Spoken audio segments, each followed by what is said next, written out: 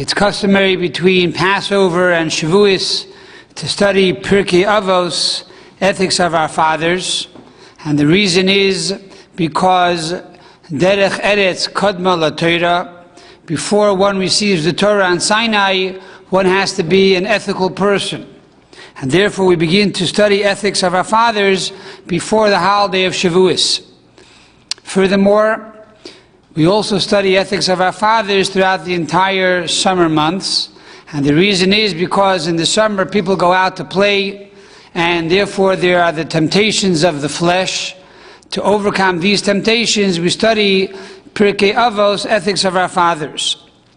In chapter 1, Mishnah number 1, it goes on to say, Moshe Kibel Torah Misinai. Moses received the Torah from Sinai. Umesara Yeshua, and he gave it over to his disciple Joshua. Yeshua the Zakanim, and Yeshua gave it over to the Zakanim, the elders. Zakanim the Nevi'im, and the Nevi'im received it from the Zakanim. Unevi'im Misarua the Anshe Knesses Agdela, and the prophets gave it over to the men of the great assembly. Heim Amru Shleisha Devarim. They said three things. Havu Misuni Badin, you should be deliberate in judgment. Va'amidu Salmidim Harbe, you should establish many disciples. Va'asu Siyag LaTorah, make a fence around the Torah. Now it seems to be that this Mishnah is two separate Mishnahs, two separate concepts. First, it begins with the history of Moses going down to the men of the Great Assembly, and then it goes on to say what the men of the Great Assembly said. So why are these two concepts in one Mishnah? Furthermore, the author of the Mishnah is Rabbi Yehuda HaNasi, who lived in the latter part of the 2nd century and the early part of the 3rd century. So Rabbi Yehuda HaNasi was the one that redacted the entire Mishnah. There are 60 tractates of the Mishnah. Ethics of Our Fathers is only one tractate of the Mishnah. Now the reason why we have the introduction to Ethics of Our Fathers, that Moses received the Torah from Sinai, is because being that we're dealing here with ethics and not specific laws in Torah, one may think that this is a book of ethics that the rabbis fabricated or concocted on their own, just like many other professors of the discipline of ethics created their own term or their own discipline. So too the rabbis created their own book on ethics. Comes along Rabbi Yehuda HaNasi, the author of the Mishnah, and says, no, these ethics are not something that they made up on their own, but rather they came from Moses on Sinai, they came directly from God. But yet, we only find here 5 different generations: Moses, and then Joshua, and then the Zakanim, and then the Nevi'im, and then the men of the Great Assembly. If you look into the Rambam, Moses Maimonides, he says that there were 40 generations from Moses down to the writing of the Talmud. And from Moses down to Ezra, who put together the Mishnah, you have also many, many generations. And from Moshe to Ezra, you have 21 generations. In other words, from Moshe to Rabbi Yehuda HaNasi, the author of the Mishnah, you have 34 generations. And from Moses to Ezra, which is the leader of the men of the Great Assembly, you have 21 generations. Yet, here in the Mishnah, we only write 5 generations. And therefore we must say that it's not only to tell us that the Torah came directly from Sinai, but rather Rabbi Yehuda HaNasi, the author of the Mishnah, is actually giving us the ethics of Torah, the ethics of how to study Torah, and how to convey Torah to the next generation. And so we begin with Moshe. Who is Moshe? Moshe received the Torah from Sinai. Now, first of all, did Moshe receive the Torah from Sinai? Sinai is a mountain.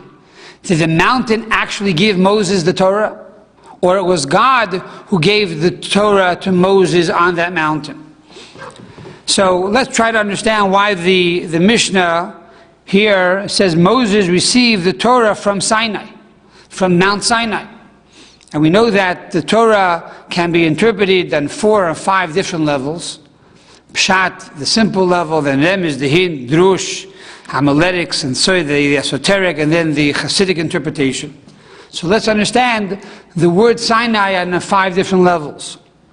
On the simple level, the concept of Sinai, on the level of Pshat, is to teach us that just like when the Jewish people were standing at Sinai, they saw thunder and lightning, and they began to tremble and shiver in awe of God. The same is true, we are told, every time one studies Torah, you should have that same ema v'yira, that same fear and trepidation, as if God is giving you the Torah today. It's not simply a book, a novel, that you're reading for pleasure and to have a good time. But as you read the Torah, you have to realize God is giving you the Torah right now, and God is talking to you directly, and therefore you have to learn Torah with tremendous awe and tremendous trepidation. That's the first interpretation, Pshat. What is the remez, the hint of why it says Moses received the Torah from Sinai? To tell us that the entire Torah was given on Sinai. In other words, God told Abraham to circumcise himself.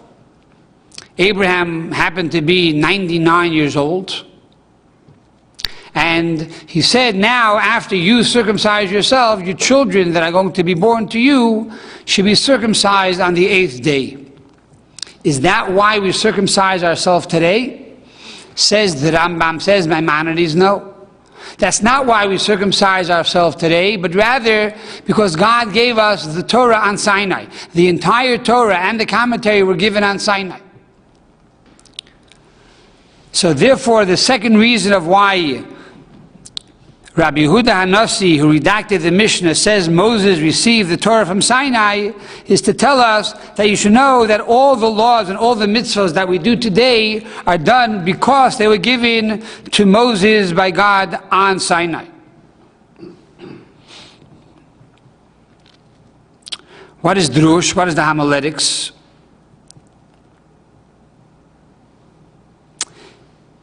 The homiletics is that Sinai is a mountain. What does it mean Sinai is a mountain? There are those who say, who am I to study the Torah?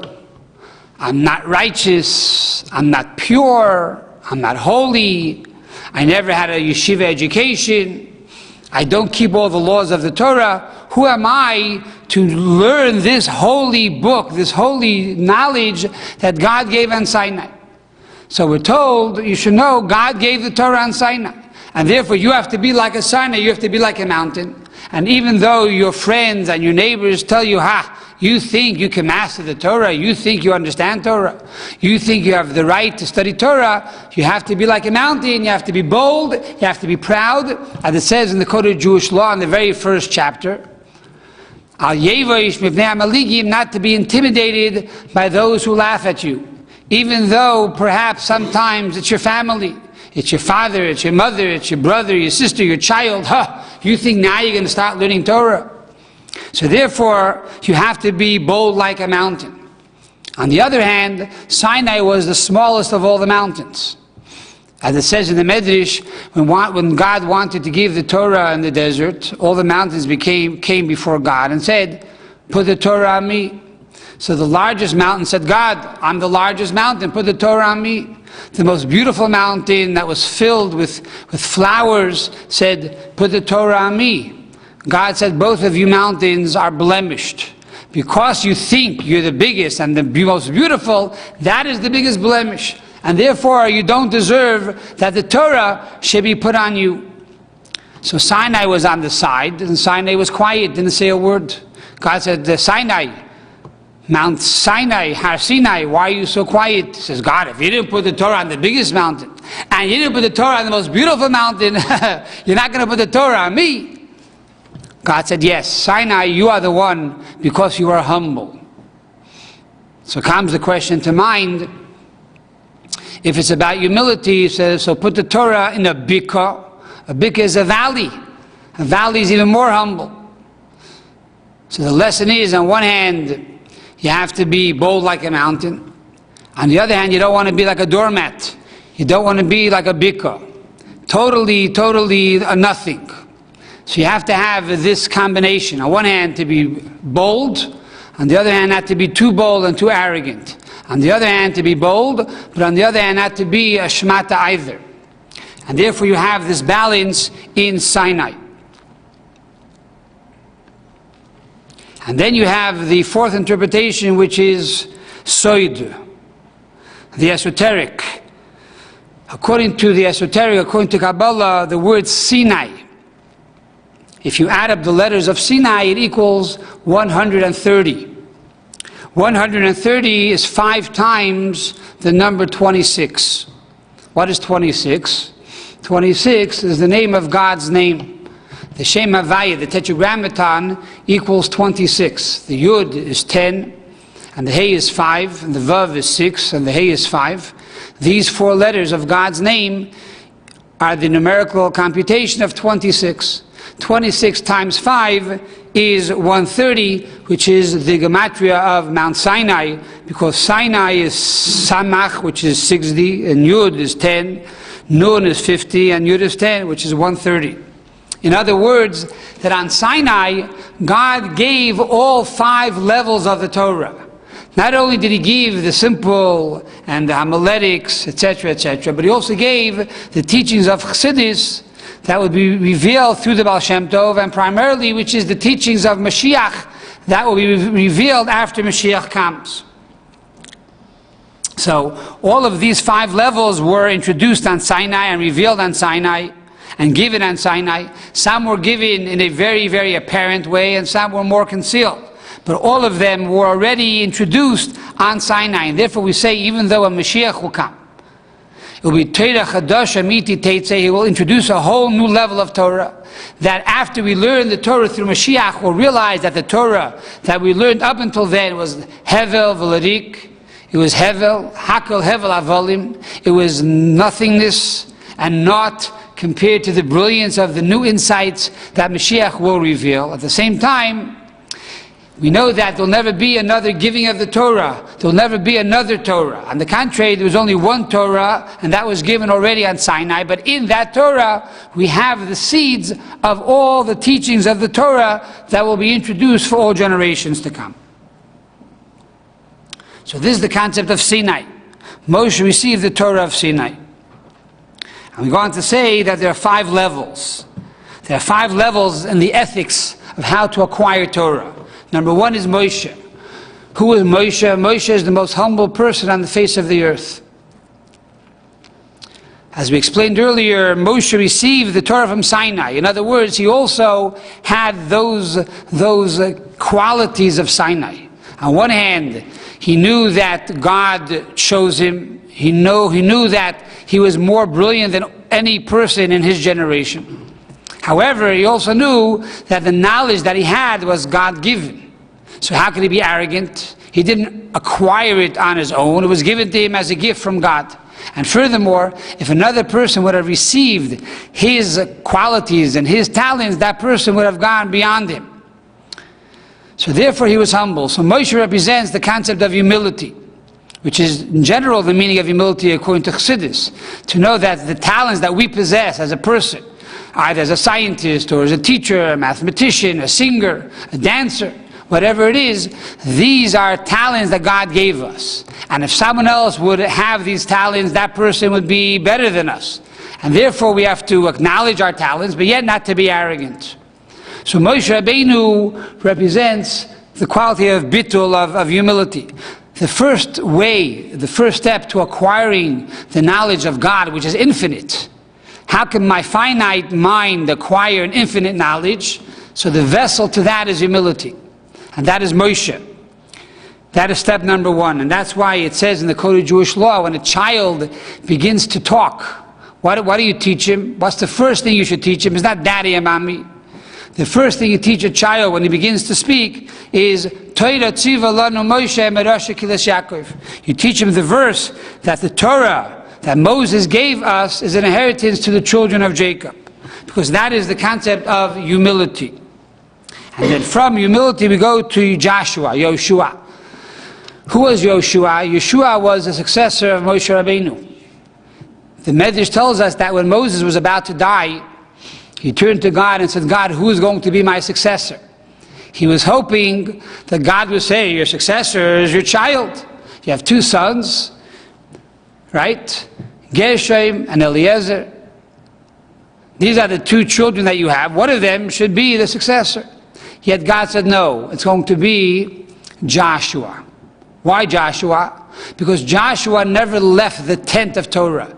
He was assiduous. He was totally devoted day and night to the study of Torah. So even though Moses' children were very knowledgeable and they were brilliant in the word of Torah, in the teachings of Torah, yet they did not have that same bittul, that same humility, and same dedication that Joshua had to the Torah. And therefore, the Medrash goes on to say that God tells Moses, the one that protected the fig tree, he is the one that will eat from the fig tree. Being that Joshua protected your knowledge and your Torah, therefore he will be the one that will become the leader of the generation.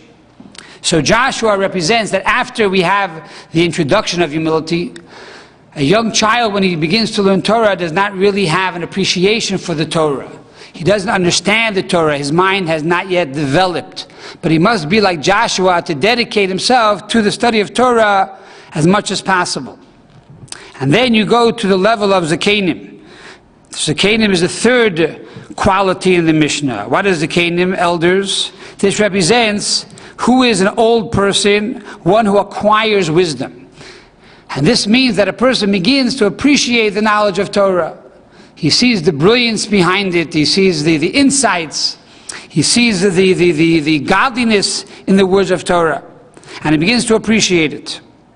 And therefore the next level is the concept of true understanding in the knowledge of the Torah. And to do one's best to truly comprehend it and to truly love it and to truly appreciate it. And from the third level of Zakanim, of elders, we go to the level of prophets. What does prophecy mean? On one hand, we're told that Torah, Loi Bashamayim, he is not in heaven. There's a famous story in the Talmud that a rabbi was arguing with his colleagues and said, I am right in my opinion. And to prove it, that I'm right, you'll see the cedar tree will bend over. And the cedar tree bent over. And he said, if I'm right, then the stream will change its course. And the stream changed its course. And he said, if I'm right, a heavenly voice will come along and say, I'm correct. And a bas koil, a heavenly voice, came out and said, yes, this rabbi is correct. And still in all, his colleagues said, we don't agree with you. Why? Torah is not in heaven. Torah must be comprehended down here in this world. So why does Rabbi Yehuda HaNasi, the author and the redactor of the Mishnah, come along and say that the fourth level is the level of prophecy and prophets? Even though many prophets were great teachers, but it wasn't the element and the attribute of prophecy that gave them their authenticity. On the contrary, it was the fact that it was understood. It was logical. So why here does the Mishnah say that the fourth level is prophecy, Nevi'im, the prophets? And the answer is that we find that the great sages of old, before they actually conveyed a teaching, they saw this teaching in heaven. They had the ability to go into the chamber of knowledge in heaven where this teaching was taught, and they had the ability to see it there and then convey it down here in this world. However, they first understood it through their intellectual faculty. They understood it on their own. They didn't simply say, I saw this is the way they teach the Torah in heaven. They had the ability to truly comprehend it in a very logical way, and then they gave it over. And that is why we find that it says that in the Talmud, when the rabbis could not come to a conclusion, they would say, Teku. What does Teku mean? Teku is an acronym for Tishbi Yitaritz Kushius V'Aboyis, which means that Eliyahu HaNavi, Elijah the prophet, will come, And he will answer all these questions in the future. And here too the question comes to mind, why do we need Elijah the prophet? The Torah is not connected with prophecy. On the contrary, it's connected with comprehension. And the answer here too is that it doesn't mean it's going to be answered through prophecy. He will have the ability to see the way the answer is in heaven, but understand it through his intellectual faculty and give it over. And therefore we too nowadays, when we study Torah, after the introduction of being like Moses with humility, we also have to have the quality of being a prophet. What does that mean? To have that ability to rely on God and to trust in God and to realize that the intellect is an intellectual concept that comes from a godly place. Many people, once they begin to understand Torah and master Torah, unfortunately they use that intellect to pervert and to manipulate the law. They say, well, I know the law, and this is the way I understand it, and it doesn't really mean what it says. And unfortunately, we know many great scholars who were very well versed in the knowledge of Torah, yet they cause many people to go astray and violate the laws of Torah. Why? Because they lack this quality of prophecy. In other words, they lack this quality of siyata d'shmaya, accepting the yoke of heaven and asking God to give them the true insight and the correct approach to understanding the knowledge of Torah. And that is the meaning of Nevi'im, the meaning of prophecy. Just like a prophet sees his vision from God, so too, when we study Torah, we ask God that our understanding should be like a prophet. It should come directly from God himself. And finally, we come to the fifth level, which is the level of the men of the Great Assembly. Why were they called the men of the Great Assembly? Was it because they were truly a great assemblage? We know that Ezra HaSofer, Ezra the scribe, gathered 120 of the greatest rabbis of that generation, including many prophets like Daniel and Mordechai, the famous hero of the story of Purim, Hananiah, Mishael, Azariah, Chagi, Zechariah, Malachi. All of these prophets were part of the great assembly of Ezra the scribe. But that's not why they were called the men of the great assembly. The Gemara says why they were called the men of the great assembly. In the Tractate of Yuma on page 69, side B, it says over there as follows: that Moses prayed to God, and Moses called God Hakel HaGodel, God who is big, Hagibor, one who is strong, V'hanoida, and one who is awesome. And big, by the way, is a metaphor for kind. God is a kind God, and he is a strong God and an awesome God.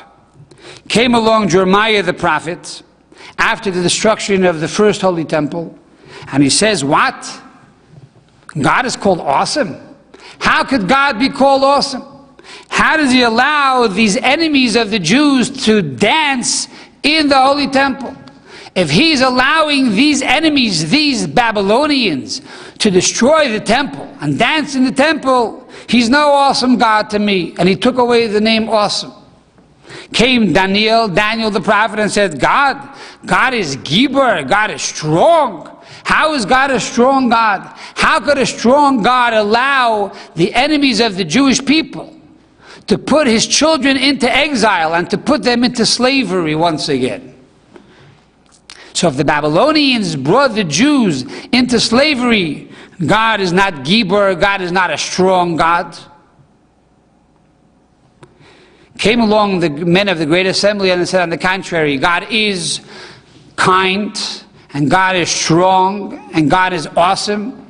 And that is the way we pray today in the Amidah 3 times a day. Hakel, HaGodel, HaGibor, V'hanoida, Kel Elyon. And they went on to say, what does it mean that God is strong and God is awesome?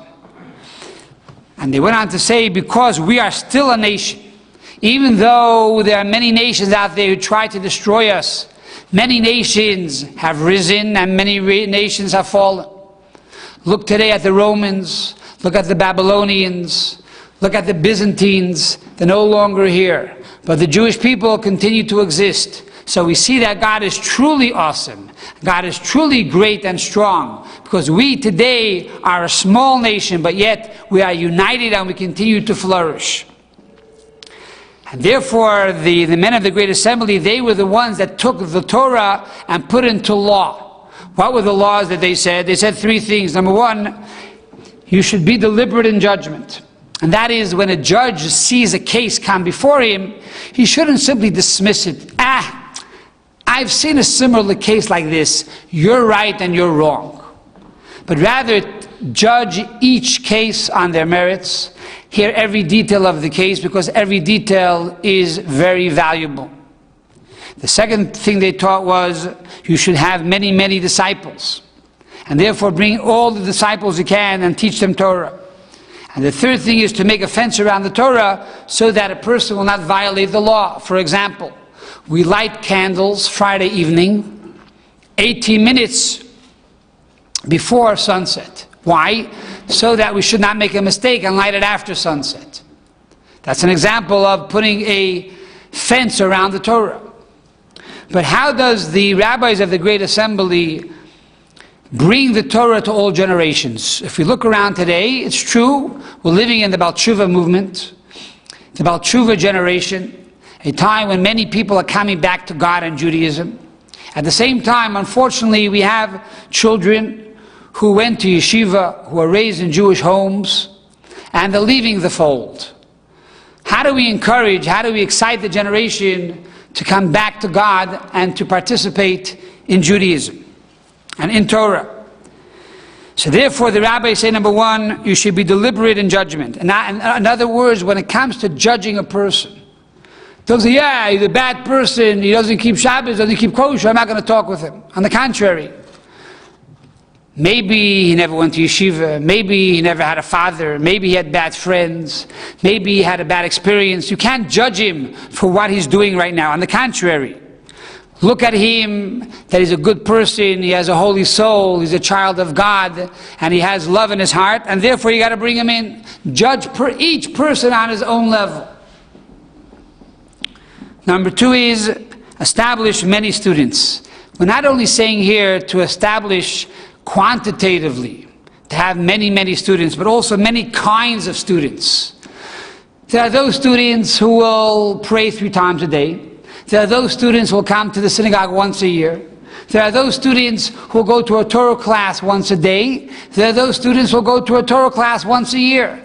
But each one of them should feel connected. Each one of them should feel that they belong. Even though they come once a year, you have to make them feel that connection, make them feel important. And finally, Torah, and make many fences around the Torah. What does that mean? Give them many opportunities. Judaism has 613 mitzvahs, and many, many, many fences around the Torah. In other words, make Judaism accessible for people. You don't want to come to shul on Shabbos, so make a Hanukkah party. You don't want to come for Hanukkah, make a Purim party. You don't want to come to Purim, make a Pesach party. Make a Pesach Seder, give out matzah to your friends. You don't want to come to shul, we'll come to you. We'll put a mitzvah tank in the street, we'll stop you. And we'll put on tefillin in the street, not a problem. You could find a mitzvah anytime, anywhere, any place. You don't want to go to Israel, you want to go to Timbuktu, okay, we'll have a Seder for you there. You want to go to Tibet, you're looking for spirituality, on top of the mountain you'll have a Chabad house. We'll put on tefillin on top of the mountain. Anything you want, any place, any time. And that is the meaning of V'asus Yagla Torah. Make fences around the Torah. In other words, give people many opportunities to be able to connect with Torah. So therefore we have 5 different generations. Not only the 5 generations, but rather 5 different types, alluding to the 5 levels of Torah. And furthermore, according to Kabbalah, Moshe represents Chachma Ilah, which is the supernal wisdom. Joshua represents Chachma Tata, the lower wisdom. The Zekanim, the elders, represent Moichin, intellect. The Nevi'im represent the attributes of Netzach and Hoid, which is the 2 attributes of victory and acknowledgement. And then you have the men of the Great Assembly, which allude to the level of Malchus, the level of kingship, which also is a level of speech and action, because they were the ones that brought the Torah, the knowledge of Torah, into the practical laws. And this is the first Mishnah of Ethics of Our Fathers, and by learning this and studying the Mishnah and reviewing the Mishnah, this will truly give us the proper ethics that we need to learn Torah and to acquire Torah and to understand Torah properly. And this is God's gift to humanity, that even though God is infinite and we are finite, through the fact that we have the humility of Moshe Rabbeinu, we will have the ability to study God's knowledge, and not only the knowledge on the level of Pshat, on the simple level, but also the level of Soy, the esoteric level, and also the level of Chassidus. The way the Torah will be introduced, when Mashiach will come, with the coming of Mashiach, speedily in our days.